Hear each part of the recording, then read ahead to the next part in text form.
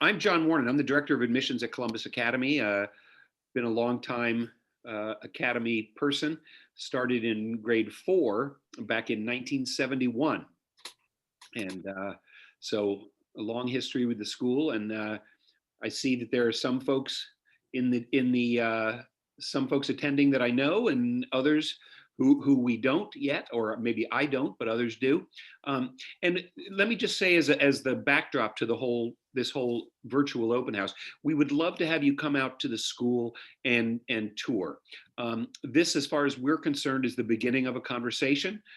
For some of you, if you've been on a couple of the Zooms at noon, which go on Tuesdays at noon, you'll know that we've got a lot of good stuff to share, and our school is very interested in sharing it with you. So please don't be a stranger. Make sure that this is just an introduction. We are having tours in the afternoons after school and on weekends. So if you do want a personal tour around the campus, we would love to offer that to you. We have lots of students who I can't believe they're getting up on Saturday mornings to do 8 o'clock tours, but indeed these upper schoolers are very proud of their school. So if you want to come and share the excitement of Columbus Academy with someone who's really excited to show it off, please do come for a tour. And with that, let me introduce Debbie Kieran, Assistant Director of Admissions for Lower School. Debbie has been in admissions now 30 years. She actually has been at Columbus Academy since, I believe, 1978. Yes. And long time. A long time. And she actually started our pre-K program here. She's been in admissions, as I said, for 30 years. She actually will be shepherding anyone who's interested in applying through the process of application to lower school. So we'll talk about those details a little bit later. But right now, here's Debbie Kieran. So enjoy our time together. Good evening, everyone, and welcome. And thank you for giving up your evening time. Maybe you have little ones running around you. So if you even get half of this tonight, that is terrific. And I have the pleasure of introducing the people that are most important in the lower school that your children would have contact with. So I'm going to start with Mark Hansen, who's in his 4th year as head of our upper school. And a lot of Mark's career has been in international schools. So he brings a lot to the table of, I think, a lot more worldliness. When Mark says something about, oh, when we did this at this school, I always have ears up and I'm listening. So he has brought so much to it.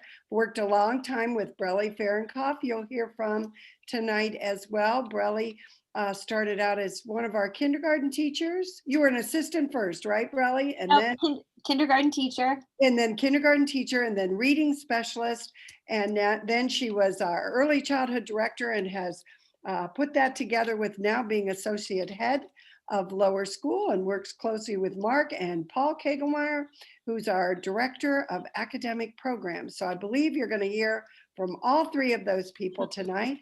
And I'm going to start now by turning it over to Mark. Thank you very much, Debbie, and good evening, everybody. Maybe John, if I can share my screen now, am I able to do that? I believe you are. Let me. Perfect. I think we're good to go. So welcome, everybody. And we'll do some proper introductions here in just a moment, but we'll start off with this photo here. And these are some students that are down by one of the creeks on our 231 acres. And each of them is sitting on a sit spot. And this year, all students have a 3-foot by 3-foot nylon tarp that they can use to sit on grass, stones, whatever they want to. And here they're enjoying some time outside. And I think it kind of sums up the first part of our school year is masks, a lot of time outside, and a lot of great learning taking place in the classroom and outside the classroom.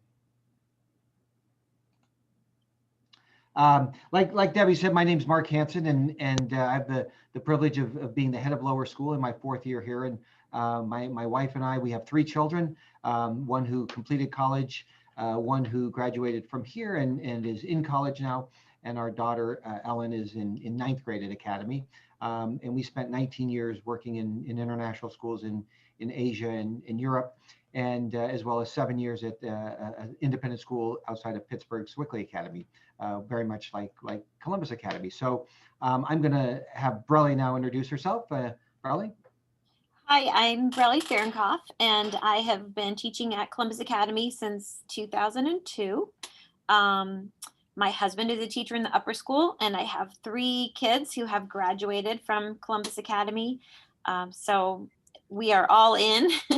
And as Debbie said, I started as a kindergarten teacher and then worked as a reading specialist. And now I am working, overseeing the early childhood program and working with Paul and Mark in the office, and loving every minute of it. We're excited you're here tonight. Hi, I'm Paul Kegelmayer. I've been teaching since 1932. No, I've Hey, Paul. yeah, thanks. I've been teaching here for 33 years. I've taught in public school for 9. I had 2 boys that went here that they're in California right now. We have another one that's in Cleveland to Notre Dame College. He's a swimmer there. And at this point, he's wondering what's going to happen next with the COVID and so forth like that, especially coming up to Thanksgiving and after the holidays. So anyway, I'm glad to be here. It's been great being here for 33 years. I love the place, and that's why I've been here for so many years. Thank you very much, Paul and Brelle. And we'll get started now. And you'll see throughout this slideshow at the bottom of a lot of the pictures and the slides, it says, this is the Academy experience, kind of our tagline. And I think the Academy experience is one of making sure that we're doing things and making decisions that are going to enrich the students' experience at our school. We have an incredibly talented faculty and staff and a very committed administrative team that really look out for your children every day. And I'm going to start with this one here. And last year when we started school, we had 28 homeroom sections in the lower school. And when we started planning for the fall, in the spring, when we were, of course, all online like all the other schools, we were thinking about how are we going to do it so we can have our kids back on campus this year. And so as we got late into the spring and the summer and in the actual planning and putting together schedules and things like that, we realized we used the American Academy of Pediatrics as one of our guiding documents of how to restart school in the lower school. And one of the things they talked about was you need to have small potted sections of homeroom classes with very small classes. And so in the Explorers and the pre-K, our youngest students, we have a maximum of 5 to 9 students in those classrooms. And we go as high as 13. And they're also potted. And so I talk about the Academy experience in that we realize that adding 17 homeroom classes is a huge change for our school. But it is one that has allowed us so far to be in person since the 3rd week of school. And we are very excited. And our kids, it's like a big family in each homeroom now because the classes are so small and they eat lunch in the classroom and they have all their co-curricular classes, or I should say most, they have swimming and PE and science outside. But everything else is done in the homeroom class as well as lunch. And so they're really getting to know their teachers and each other really well. And this is something, a good picture. We also added 15 new outdoor classrooms. And you can see this group of students. These are shade sails, they call them. And we have several of these around, and they're big permanent fixtures now. And then we have tree stumps, and we've numbered them 1 to 15, these different sections all over the campus on 231 acres. So our students are getting out lots. Even on rainy days, the kids are outside either for recess or for playing or for learning this year.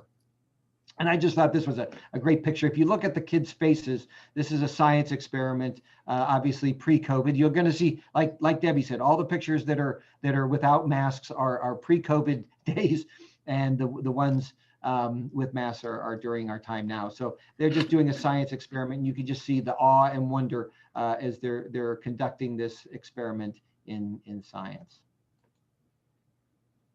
And then Lev Vygotsky, I think this also sums up kind of as we go through this evening, what a child can do in cooperation today, he can do alone tomorrow. And so a lot of what we're doing is getting kids ready to work together and to get along and to learn how to solve their own problems and together with when they have a conflict, and just being able to be in a classroom environment where empathy and caring and all of the respect that we expect our kids to have really blossom. And so Paul will be talking a little bit later about our responsive classroom program, but you're going to see a lot of pictures with kids working together this evening. Just very briefly to go through some of the basics, we have a vigorous academics, we call them, and we specifically use the word vigorous in the lower school rather than rigorous. And if you look up rigorous, most of the definitions for rigorous are not of the positive nature, but vigor has a much more positive terminology. And so while we have very strong academics, kids are taught in ways that are exciting, they're exploratory, they're able to solve their own problems, look for their own solutions. So we're very proud of our program. We also have everybody on campus, and that's more than just being physically on campus. It also means that we really know what children need when they leave the lower school to be successful in the middle school, and the middle school knows exactly what they need to do to get them prepared for the upper school. We have this lovely, beautiful 231 wooded acre campus that we love to explore. We have many co-curricular classes, art, PE, swimming. Our swimming program actually will start tomorrow. Library, music, wellness, IT program, and Spanish. We have 2 science specialist teachers who teach all of our science classes in the lower school. We value and encourage parent involvement, which is, of course, hindered a little bit in the potted classrooms and where parents can't come onto campus, but we still value it greatly. We do lots of field trips. We send our 4th graders for 2 nights to the Glen Helen Outdoor Learning Center in Yellow Springs, and the 5th grade goes off to Heartland Education Center for an overnight trip. We do weekly student assemblies, and in normal times, the classes are organizing those, and we're in the theater. Now we're doing them all by Zoom, and we had one just yesterday. And we have a delicious lunch program that's provided by Sage. So a few things as we get going, and I'm going to turn it over now to Mr. Kegelmayer, who will talk about our math program. Okay, a few of the highlights of our math program. One is our ST Math, and our ST Math is for 1st and 2nd grade.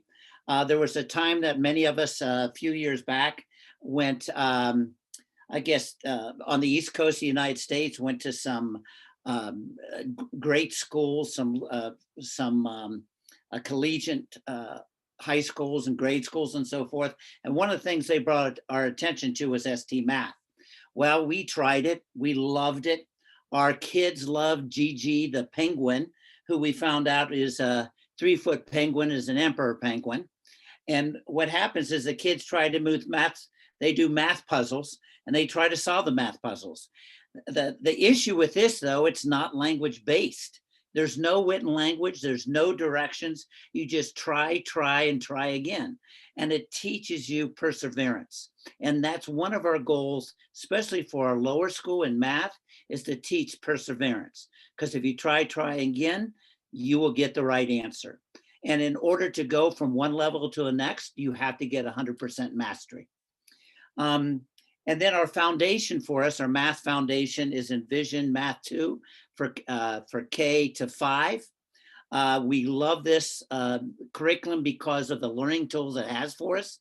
It has many visual videos, visual games, extended enrichment activities for kids, and especially their rich problem-solving exercises that the kids dive into and the teachers work with them.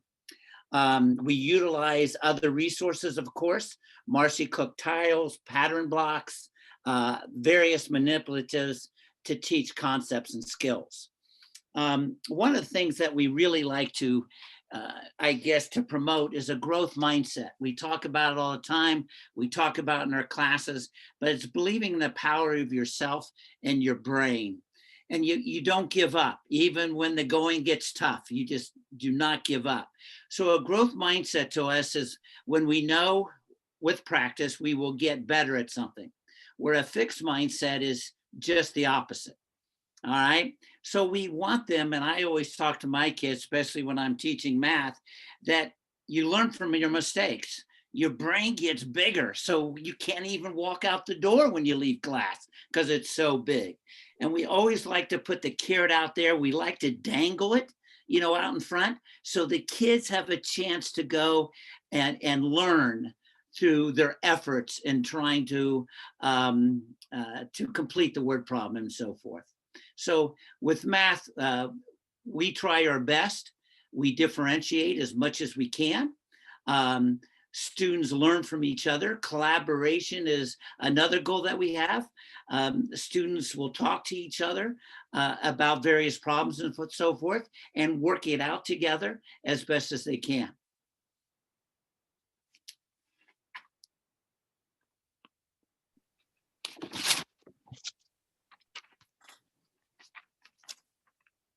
Okay.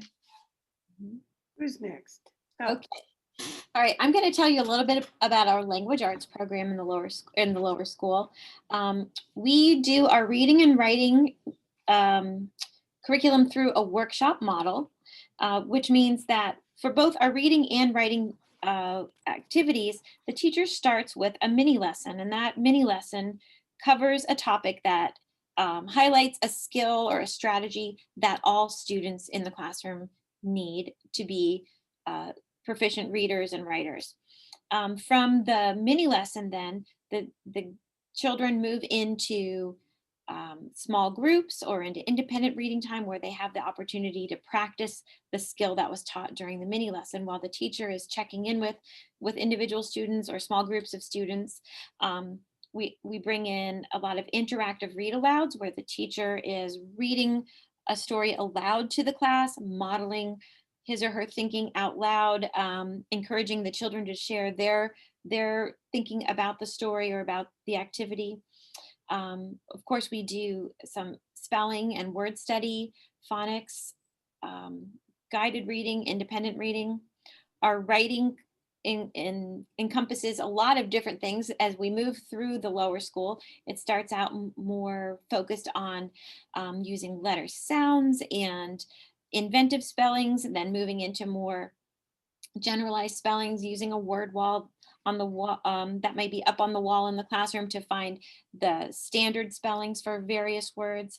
As the kids move into second grade, they're using their spelling words in real life situations as they're writing pieces in the classroom.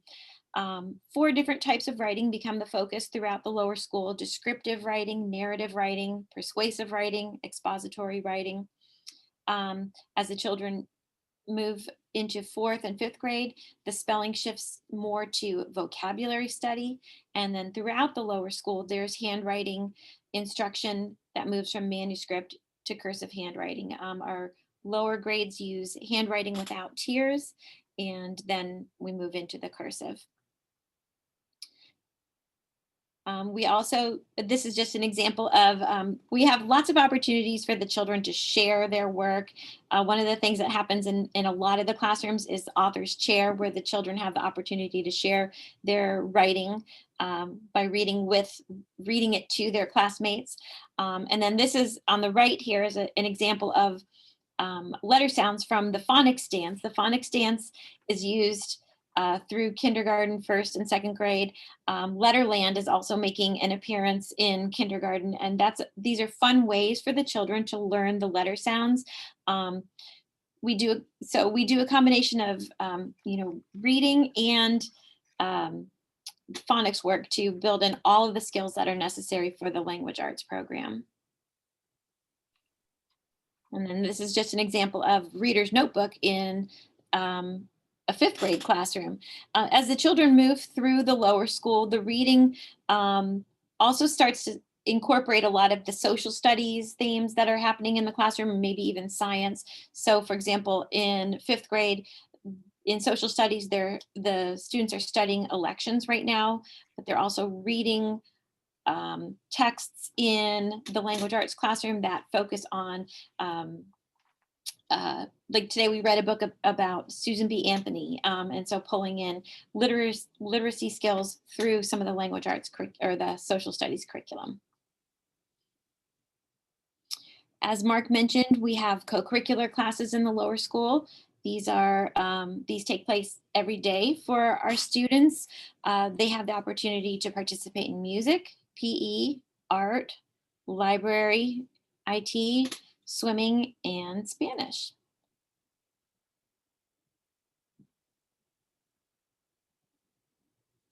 Oh, Mark, you're muted. You're muted. We'd like to hear your voice. Sorry about that.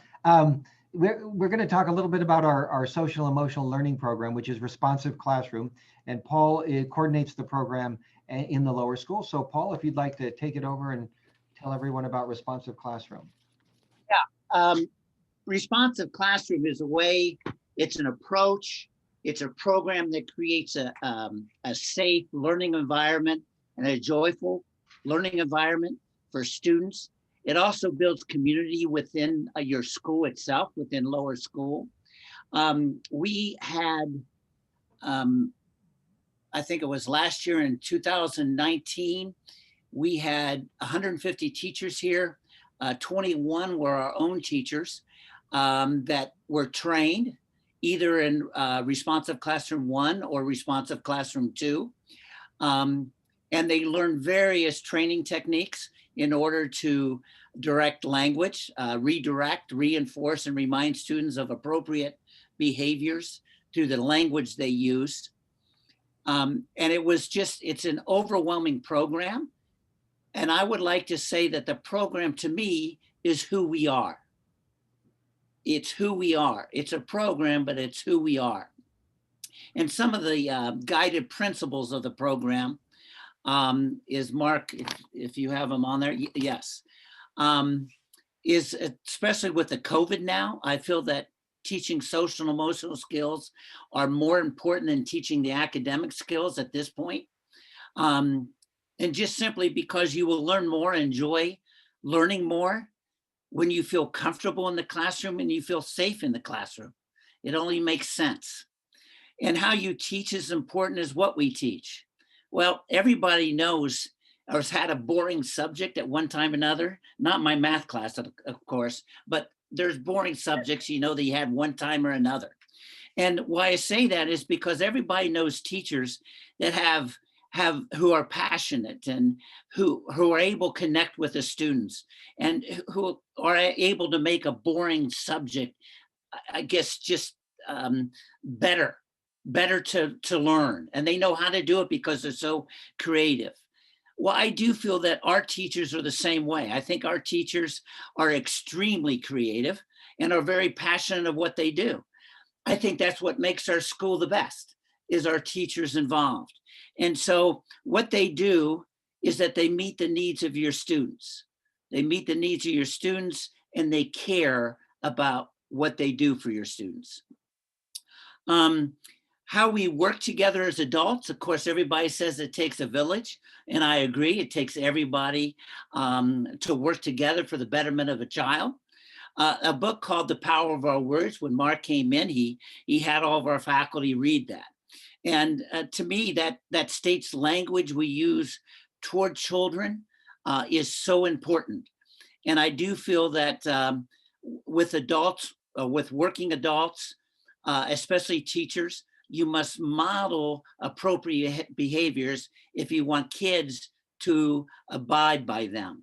So I do think the power of our words are very important, not just for students, but from adults to adults. And we preach that here.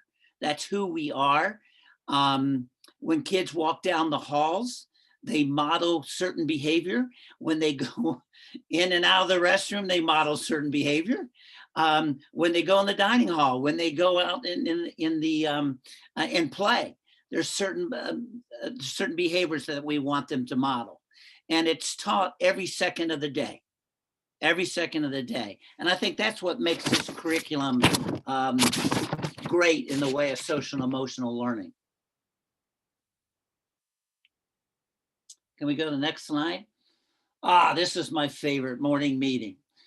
And why this is my favorite, and I know Mark Brelle has heard this before, but I was told this about 4 years ago, 5 years ago, I can't remember, but that I was going to do morning meeting, and this is what we were going to do. And I said, well, it takes 20 or 30 minutes out of your time. There's so much other things to teach. And they said, just do it, right? Just do it. Follow the items, follow the exercises. You'll love it. And that's exactly what happened. It was a community that we built together. It was a time of sharing. It was a time of trust. It was a time of respect. Everything we did in morning meeting set the stage for a positive experience during the day. And so we started out with a greeting. You can see that Mrs. Sinclair's there sitting with her third grade students, and they have a greeting, whatever that greeting is that day, and there's many. They greet, they share about each other's culture, they share about their hobbies, they share about the weekends and what they did. They're just very, very concerned about each other and want to hear about each other and want to learn about each other. The group activity, it's always fosters group cohesion and helps students practice the social and academic skills. And it's fun. It's various games that they play. I've been in a lot of them. I know Brelle and Mark has too, and to where you go in and you're part of it. And just to be part of it starts your day off well. It's just a great thing to do. And the morning message is there. And it's set for the kids, and it really is a message that sets up the routine for the day for what they are going to do. But this, to me, builds the community and makes everything easier as the year goes. We also have, and I'd say, we also have a closing meeting, which we start in the morning and we close in the afternoon. So kids just don't go out and say goodbye. There's a closing that kids share what they learn. Kids share what's their best experience of that day. So there's a team feeling, a connection at the end of the day before they go home. And it's a building block for what comes for tomorrow. All right. And CARES is an acronym. We use it all the time. C stands for cooperation, A for assertion, R for responsibility, E for empathy, and S for self-control. And this acronym is taught and it's reinforced every minute of the day. We go to assembly, it's about CARES. It's about who cares? We care. We care as a faculty and we care as a school to have your kids feel a sense of belonging, to feel that they are safe, and to feel that they are significant in what they can do here.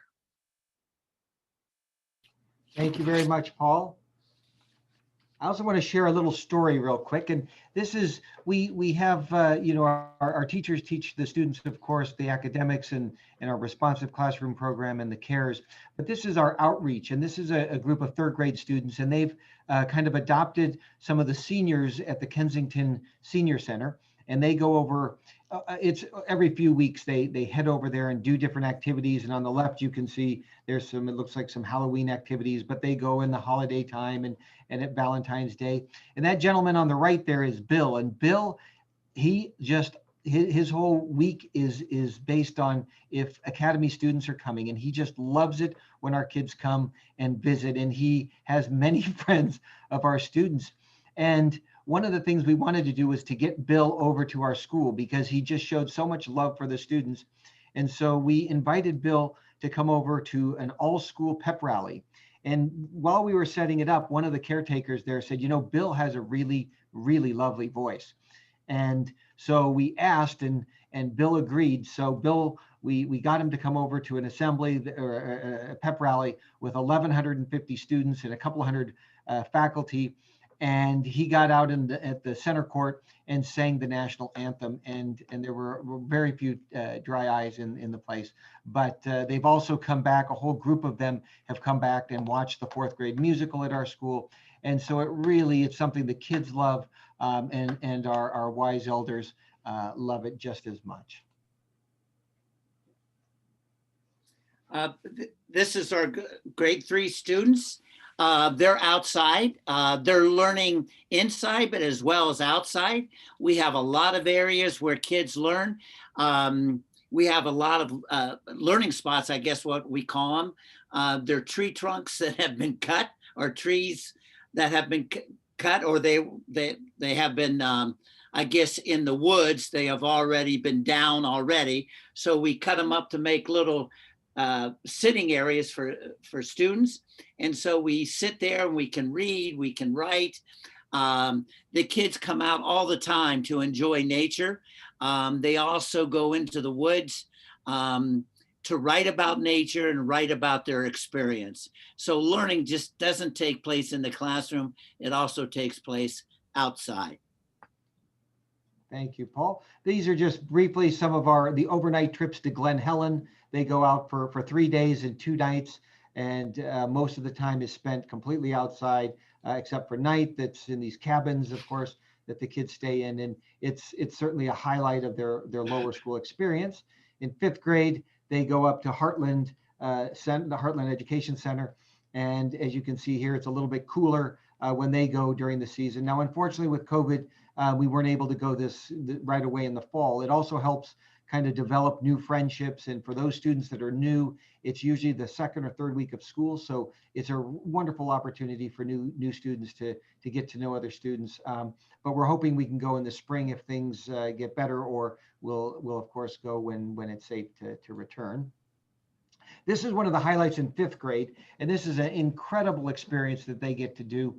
It's called the World Peace Game, and you can see some of our 5th graders sitting there, and it's this 3-dimensional board. You can kind of see it there, and it's underground, the ground, the sky, and then space. And you can read the side there, but it's a hands-on political simulation game that really gets the kids excited, and they spend an entire week all day working on this, and they have different positions that they hold in government and non-government, and they have to do trading, and they all have different problems come up that they have to solve, and the whole week is spent really understanding how governments work, and also the importance of negotiation and give and take and all the things that we want our kids. So just some pictures of the World Peace Game, which we feel is one of the capstones of 5th grade at Academy. Brelle, would you like to talk about counselor time? Yeah, so in addition to our co-curricular classes that we mentioned earlier, the students also have the opportunity to participate in counselor time. And you can see in some of these pictures, Sean Diddy is our lower school counselor, and he goes to the classrooms or takes the kids outside when the weather's nice, and he builds on that social emotional curriculum, that foundation that we have through Responsive Classroom. Sean then extends with wellness and mindfulness activities, and often uses a program called Paths to help children develop social interaction skills, problem solving skills, collaboration skills. The kids love working with Sean. It's a really fun part of the week for them. And as we've mentioned, I think many times now, outdoor play is a huge piece of what happens in the lower school. And it looks a little different at each age. For our Explorer kids, they are outside pretty much from 8:45 until 11:30 every day, exploring the woods. And then as the kids get older, they spend time outside too. Our kindergarten, 1st, 2nd grade, they all have Forest Fridays right now. But then the rest of the school is outside learning and exploring a lot as well. It may be an outdoor week or outdoor day several times a month, but outside time is a really big piece of what happens at Columbus Academy. And we say there's no such thing as bad weather, only bad clothing. So that's something that serves us well. And it's been very true over the last 2 days with all the rain. We do a lot of service learning, especially the E in CARES for empathy. I know that Face Mission, we create cookies for families, for people who are in need of food. We have a Caring Community Day.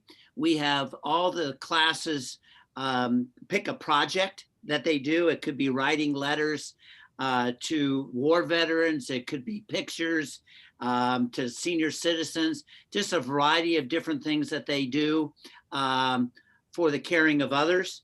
I know that teachers, we did this as a faculty. We actually went to a food pantry and packed up food for the needy. We also, at one time, Mark Brelle, if you remember this, we went out for Meals on Wheels. Yeah. If you remember that. Yeah, we delivered food to some families. So not only are the kids are involved, but the teachers are involved in helping others. Also, I know we didn't say anything about buddies, but we do pair up with our classes with buddies, with different fifth grade, first grade, whatever we have there that works.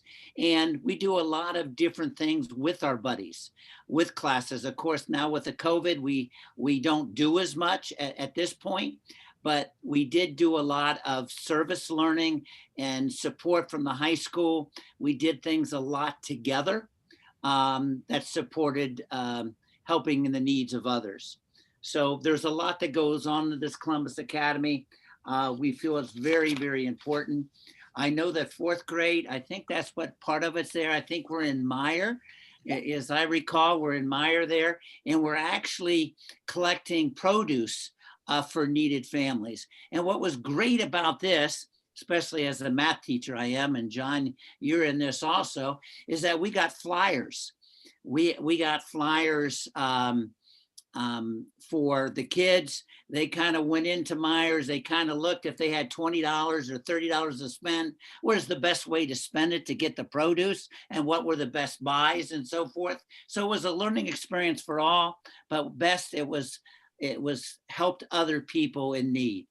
So this goes on all year at Columbus Academy, and I'm certainly proud of that. Thank you, Paul and Brelle. And that's a little snapshot. And of course, as John and Debbie have said, it's very different now with COVID and not being able to come onto campus like you'd normally get to see. But we wanted to share some kind of a snapshot of different parts of our campus. So I'm going to turn it back to John and Debbie now and take it from there. John, I think we have some questions in the chat.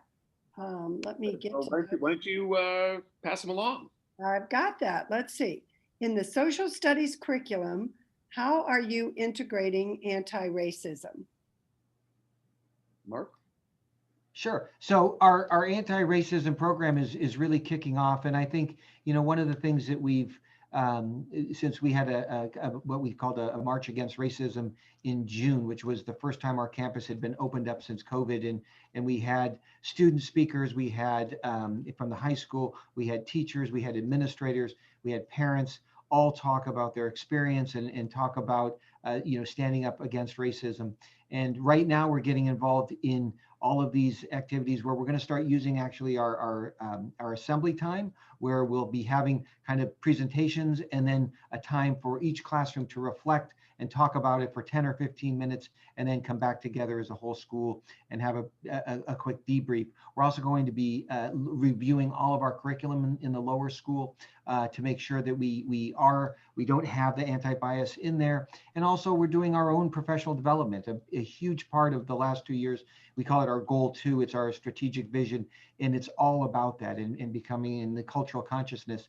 And so that's something we're doing as a faculty, and then bringing that back into the students directly. And so looking at the books we're reading, looking at the books we're selecting and using, and also just in social studies, looking at history and how different events have been portrayed, and how we kind of need to revisit that and look at that from a different vantage point now. Great. Next question here. If we were to walk the halls, would there be math homework up on the wall with the kids' scores, or similar public expression of who is doing well and who is struggling with a particular subject? Wow. You can answer that in a word, probably no. But I'm going to let Brelle, you want to take that one, or halls and walls, or? Yeah, Walls and walls. sure. No, you would not find, you will find lots of examples of kid work hanging in the hallway, but the kind of work that you will see out there is going to be kids expressing themselves and showing what they know in lots of fun ways. But we are not about comparing or ranking the kids. We really work on differentiating and making sure that we are meeting the students where they need to be. And it's just kind of part of what we do. The children, it's not part of our culture to encourage comparisons or highlighting who's doing better at something than someone else. We really work hard to meet each kid where they are and focus on their individual needs and or our community needs as people and the social emotional pieces, but not about highlighting differences in the academics. I Can I can, also add to that, Brelle? Yeah, please do. Can I also add to that? Because I talked earlier, we do not have letter grades. So a lot of ours is, we look at the effort of kids and what they do and how they progress. That's very important. But if you come to our school, you got to listen. You got to listen in the classrooms. The doors are open. You can see the kids' joyful learning. You can see how much fun they have as they learn. I think that's what's important here. It's not comparing. It's seeing kids learning, but being happy to learn at the same spot and not giving a letter grade to see it happen that way. I've got to add a story quickly because I'll be conscious of everyone's time. A little fourth grade girl gave me a perfect example of this. It was a math class, and I said, "What are you working on, sweetie?" And she said, "Oh, Mrs. Keyran, we're working on fractions." I nailed it. She said, "I cook with my grandmother. I knew what a half of a half was." She goes, "I did well from the assessment all the way through." And then she said, "But now we're going to start geometry." She goes, "What is that? A cube? A thing?" She goes, "I'm going to tell Mrs. Altier I'm not even going to take the assessment. I just need to start wherever the beginning is." And that told me the kids weren't worried about high, middle, low, who was going to be where. It was all about, I'm going to start wherever I need to start so I learn the material in the best way that I can. So if fractions were done first, we might have said, "Oh, that little girl's in the high math group." Well, not necessarily. For different things, kids are going to be at different levels. So I think I like that best about our program, that I think kids are willing to accept wherever they are because they want to learn it. And we're getting here. I think that is the end of our questions here. There's one more. I see a couple more on I got- there. Yes, Yep. I see it Um, from uh, Mark. One person asks, what is the expectation in writing for each grade in lower school? Brelle, I don't know if that's something you want to take since that's your kind of expertise, or. I did- Sure. Again, it's about progressing through the curriculum. As I mentioned earlier, we start out with just getting kids comfortable with the writing process, seeing themselves as writers.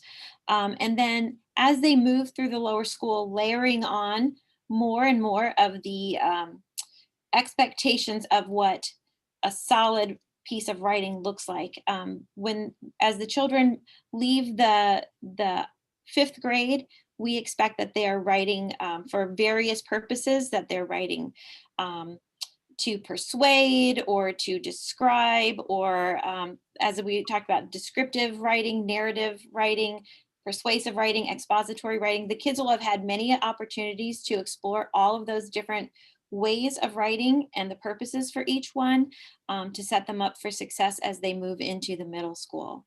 So we scaffold each year. We build upon what happened the previous year. There's a lot of communication that happens between the grade levels in order to make sure that we are moving the children along that progression. Do we still use, here's another question, do we still use the motto "in quest of the best"? John, you might be great to answer that. Um, Absolutely, we do. And but as I'll say as a longtime Academy member, I started in fourth grade back in 1971. Um, what I would say is, for those of us who've been around a long time, back in the old days, if this makes any sense, the school was it was a bit of a tough place, frankly. Um, there were lots of at that time it was an all boys school. There were lots of boys um, who I hate to say it this way, but they took it on the chin. And if they couldn't keep up with a class, um, it was a pretty uncomfortable situation for them. Um, and if you made it through, you know it was a great education and all that sort of stuff. One of the things that I think has happened over time, and I've seen the school evolve. Um, I would argue that the phrase "in quest of the best," um, it may have a connotation that implies being the best, being the top is the be all end all. And so it taken to taken to the extreme, it might be an Enron situation where I win by making sure that, I mean, it could be scorched earth for heaven's sake. It doesn't matter. Um, and so the school I would argue is we still haven't questioned the best. It's actually on the frieze of the school. Um, but I think that what the way that we are working on it is it's in quest of your best. Um, you know, I'm a huge believer in the school, and it is an incredibly rigorous place. We have, I got to be careful how I say this in front of a bunch of parents who are interested in a lower school, but Columbus Academy, year in and year out, we have the highest percentage of students recognized by the college board, commended, national merit, semifinalists, all that sort of stuff. In Central Ohio and often in the state of Ohio, in terms of the percentage of students recognized in a graduating class. Our college matriculation list is second to none in the state.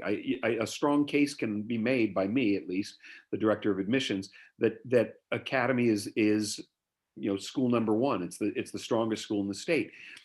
The interesting thing about it is, and again, this coming from someone who's been around a long time, the interesting thing about it is we don't get there through just a grind and hyper competitive atmosphere.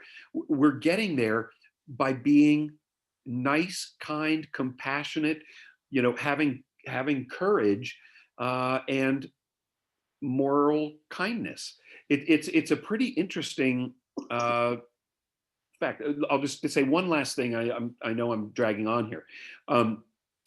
I specialize in grades 6 through 12, but when routinely when I have parents go around on their tours, they go around on the tour, and this is non-COVID I'm talking about, when they can actually see the interactions between the students and the teachers and the students themselves, and they go around on the tour and they come back into the admissions office and you ask them how the tour was, and they say, wow, wasn't it all what I expected?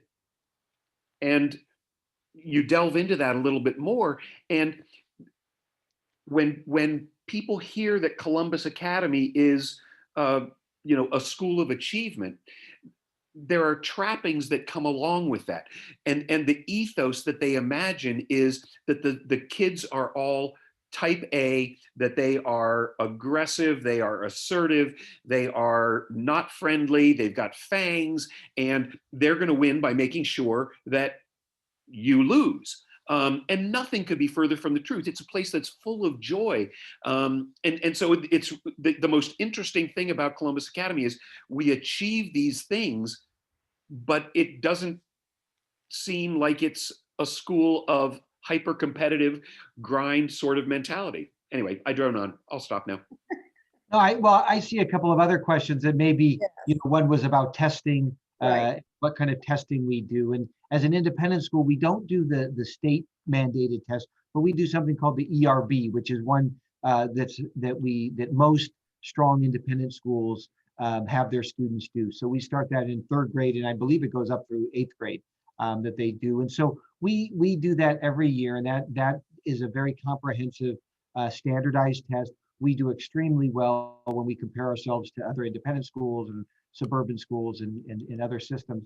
Um, and that's also a program check for us, because not only do we see how the students are doing and where we might need to add a little bit, or wow, they're really doing well in this area, but it also it gives us a chance to say, okay, maybe we need to focus a little bit more here, or this is an area that we don't cover until later in the year. And then it's like, it's okay, it's not a big deal. We don't teach to the test, but we need to always make sure, why is it that if it's high in an area, or just middle of the road, or a little bit lower, what we're doing to make sure we do that. And that also gives us great insight into the children and where they are doing, and we send those reports home. The other question was that I wanted to get to, of not comparing others. We have a very comprehensive report card system, and even though we don't use letter grades, that doesn't mean that the standards by any means are diminished or anything like that. It's just that letter grades with young children can often be a very challenging, difficult thing, because they don't really understand, the difference between an 89 and a 90 is the difference between a B plus and an A minus, and it really doesn't help develop a growth mindset. And a growth mindset is did you do your best on this, and how can we improve it in the future? Where can we take you to grow and extend? And so I would say one of the strengths of Academy is also just the when you get the report card, it comes out 4 times a year, twice a year, the written comments, the narratives.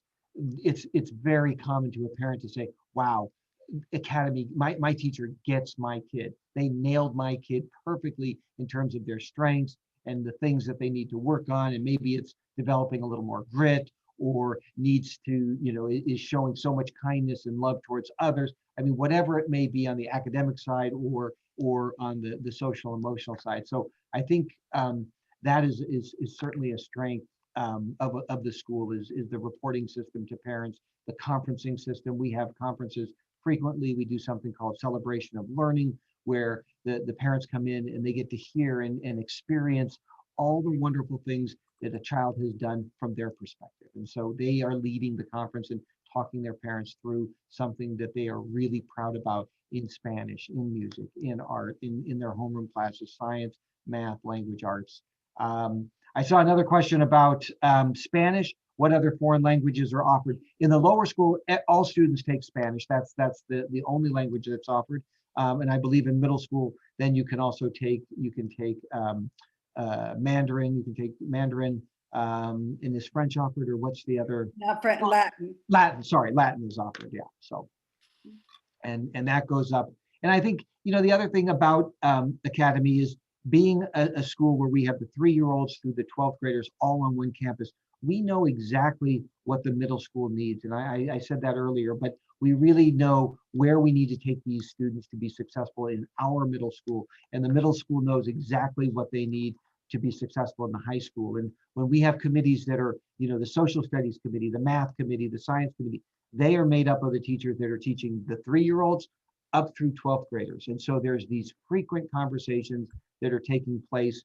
Our social studies committee, they went off to, I think it was 15 different independent schools around the US last year. As we started to revise the social studies program, we selected schools that we knew had incredibly strong social studies programs, and we sent this committee off to these schools all over to report back, how can we change our program? What are we doing that we want to keep? And so there's this constant rejuvenation of our programs, for sure. I think there's one last one. Is there any international exchange program offered? Not in the lower school. I will say though, we have in the past sent families with the parents go, or the parent or a guardian goes with a lower school student, and they go down to Mexico to we in the science program, we send off the monarch butterflies, we tag them, and then we've gotten letters back from Mexico saying that they arrived at this sanctuary, and students have gone down there. But certainly I believe in the middle school and upper school, they have an incredibly comprehensive international program. I don't know if it's exchange programs, but certainly travel opportunities to go and learn about the culture and the language and experience the country. And probably, I think you've been on some of these too. Yeah, we have a relationship with schools in Hefei, China, and so we've done opportunities where teachers from Hefei have come and spent some time here at Columbus Academy, and teachers have gone to Hefei. We have also done experiences where teachers and students traveled together to Hefei and spend several weeks visiting in the schools and sharing about cultures and teaching lessons, and also participating in classes in Hefei. So yeah, it's a really neat program. I see there's a question about, is there a gifted program and how do you adapt to students' various abilities? I should probably speak to that one. I oversee the child support team in the lower school, and we know that there are children who learn in all different ways. And we want to work with the kids where they are ready to learn. And so you'll see as you go through lower school classrooms, I'm going to tag onto a question that I'm going to tag this with a question that was asked further up here in the chat about just children who maybe need to move around a little bit more. Our classrooms are equipped with all kinds of flexible seating opportunities. The children are allowed to choose the type of chair or seat or table that works best for them.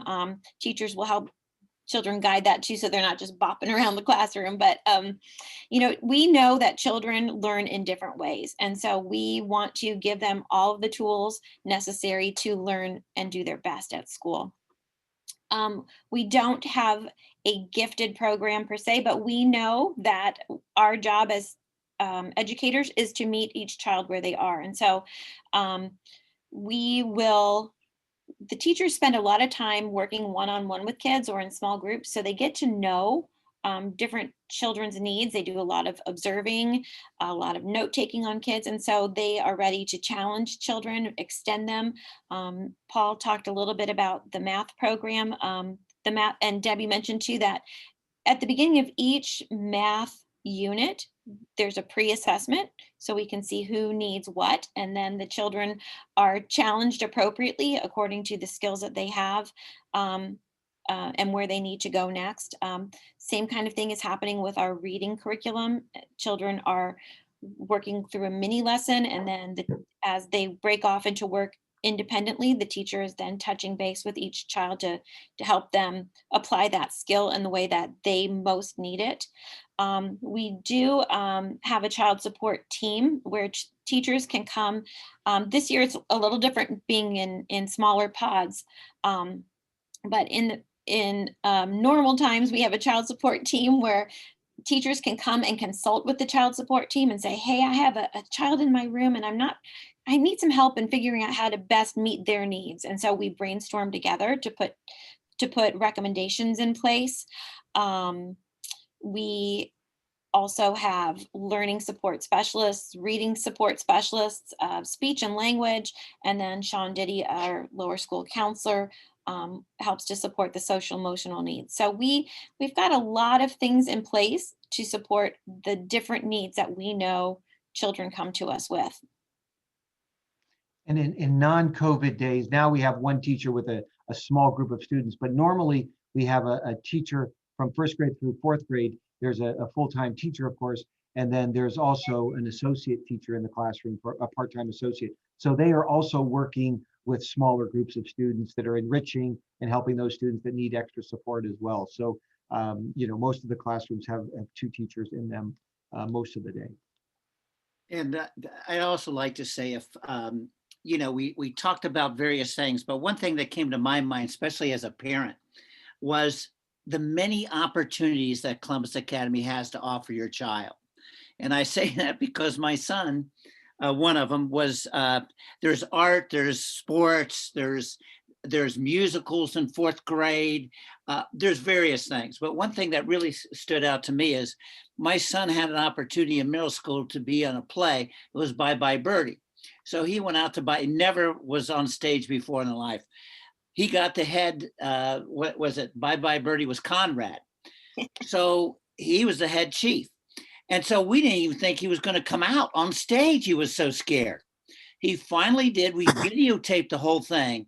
And to this day, he's 36 years old. When he got married, we showed the video to his wife. And of course, he's never been on stage before. That was it. But that was an opportunity that we will, it's a memory that we will never forget. And that's what Columbus Academy gives you, is those great memories. Yeah, we've all 5 of us here have had children graduate. So the personal experiences could go on and on. Yeah. I'll just close, and they're all good ones too. I'll just close with hopefully a thread tonight. Through our reputation of vigorous academics, there's no fixed mindset. Don't give up. Trial and error. Learn from your mistakes. You're going to end up with a very independent learner, but still hear a sense of community, a sense of kindness. I like to tell people on tours, children that come in here every day should feel safe, they should feel secure, and that they have a voice. And in my older age, I tell everybody, if I'd have been a grandparent first, I'd have been a much better parent, because I have a tendency of being more laissez-faire with my grandchildren than I was with my own children. But I'm going to leave you with a quote that I saw it on Facebook. I think it's anonymous, so I'm not stealing it from anyone, but it said, all a child learns if you do it for them is that you do it better. So I'm keeping that in mind now as I move forward with my little ones. Please come and visit us. Screening will probably start in January. All of you that have inquired, will certainly send out more information and won't let anyone slip through the cracks on that. But don't sit home and wonder about anything. There's so many of us that anyone can answer your questions. So feel free to give us a call. And John, you want to finish us out? I do. We thank you very much for attending, folks. The last piece I'm going to say is a bit of just a caveat and a plea. We just moved to a new computer system. It's called Blackbaud. If you used it, if you registered for this, you likely used the system. It's our new system for us, and it hasn't gone 100% smoothly. So don't be discouraged. If you have any questions, please call us. We don't want anyone to slip through the cracks on us. Okay. Thank you, everyone. Thanks very much. Thank you very much. Have a nice evening. Good evening.